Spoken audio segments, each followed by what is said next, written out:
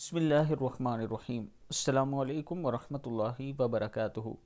رسول اللہ صلی اللہ علیہ وآلہ وسلم نے ارشاد فرمایا، عورت اپنی حالت حمل سے لے کر بچے جننے اور دودھ چھڑوانے تک فضیلت و ثواب میں ایسے ہے جیسے اسلام کی راہ میں سرحد کی حفاظت کرنے والا۔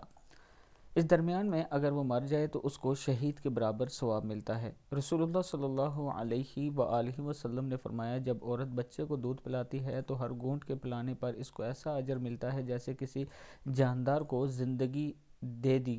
پھر وہ جب دودھ چھڑاتی ہے تو فرشتے اس کے کاندھے پر شاباشی سے ہاتھ مارتے ہیں اور کہتے ہیں کہ پچھلے گناہ سب معاف ہو گئے، اب آگے جو گناہوں کا کام ہوگا وہ آئندہ لکھا جائے گا، اور اس سے مراد گناہ صغیرہ کا معاف ہو جانا کیا تھوڑی بات ہے۔